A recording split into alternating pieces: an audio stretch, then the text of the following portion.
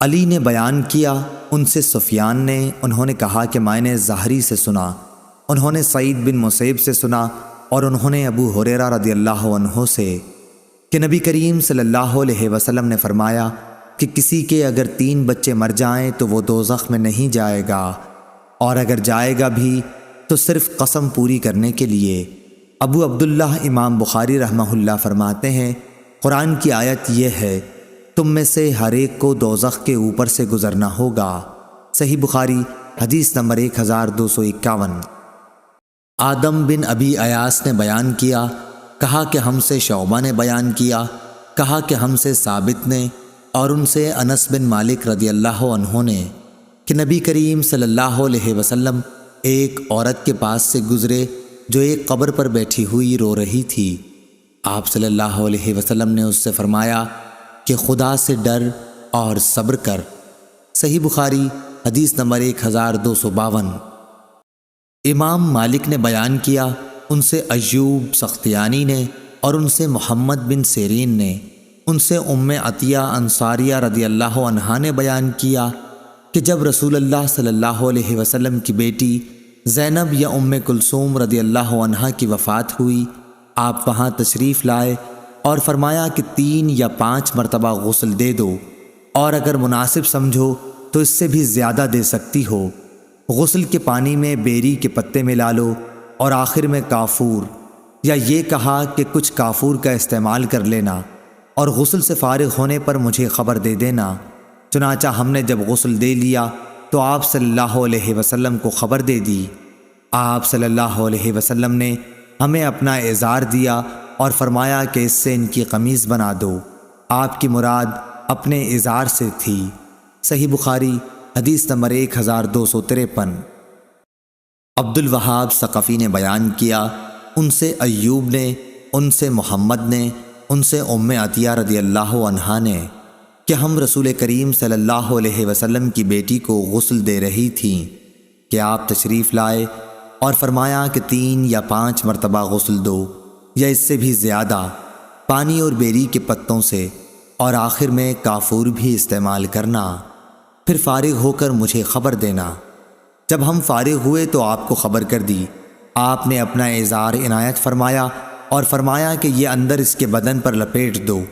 ایوب نے کہا کہ مجھ سے حفصہ نے بھی محمد بن سیرین کی حدیث کی طرح بیان کیا تھا۔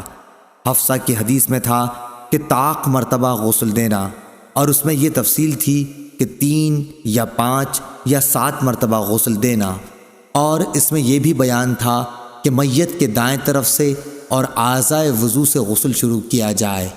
یہ بھی اسی حدیث میں تھا کہ ام عطیہ رضی اللہ عنہا نے کہا کہ ہم نے کنگھی کر کے ان کے بالوں کو 3 لٹوں میں تقسیم کر دیا تھا۔ صحیح بخاری حدیث نمبر 1254۔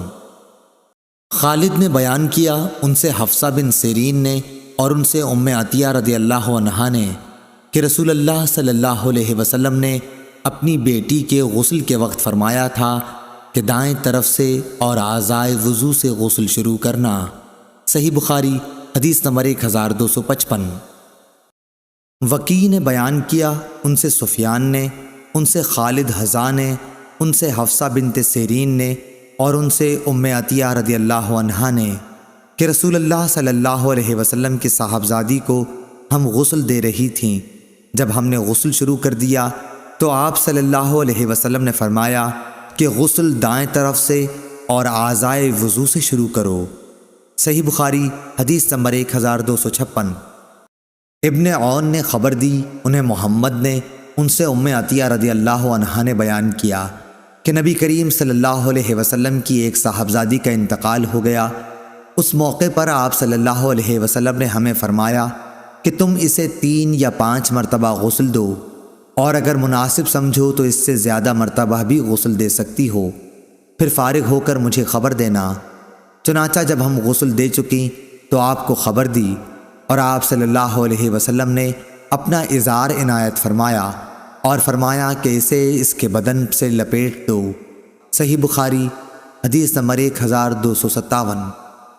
حماد بن زید نے بیان کیا، ان سے ایوب نے، ان سے محمد نے، اور ان سے ام عطیہ رضی اللہ عنہا نے کہ نبی کریم صلی اللہ علیہ وسلم کی ایک بیٹی کا انتقال ہو گیا تھا، اس لیے آپ صلی اللہ علیہ وسلم باہر تشریف لائے اور فرمایا کہ اسے 3 یا 5 مرتبہ غسل دے دو، اور اگر تم مناسب سمجھو تو اس سے بھی زیادہ پانی اور بیری کے پتوں سے نہلاؤ، اور آخر میں کافور یا یہ کہا کہ کچھ کافور کا بھی استعمال کرنا، پھر فارغ ہو کر مجھے خبر دینا۔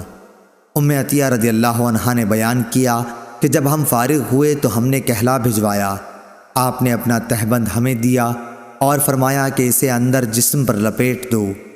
ایوب نے حفصہ بنت سیرین سے روایت کی، ان سے عطیہ رضی اللہ عنہا نے اسی طرح حدیث بیان کی۔ صحیح بخاری حدیث نمبر 1258۔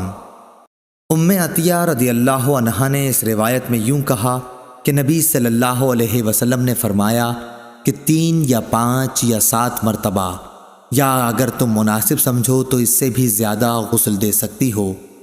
حفصہ نے بیان کیا کہ عطیہ رضی اللہ عنہا نے فرمایا کہ ہم نے ان کے سر کے بال 3 لٹوں میں تقسیم کر دیے تھے۔ صحیح بخاری حدیث نمبر 1259۔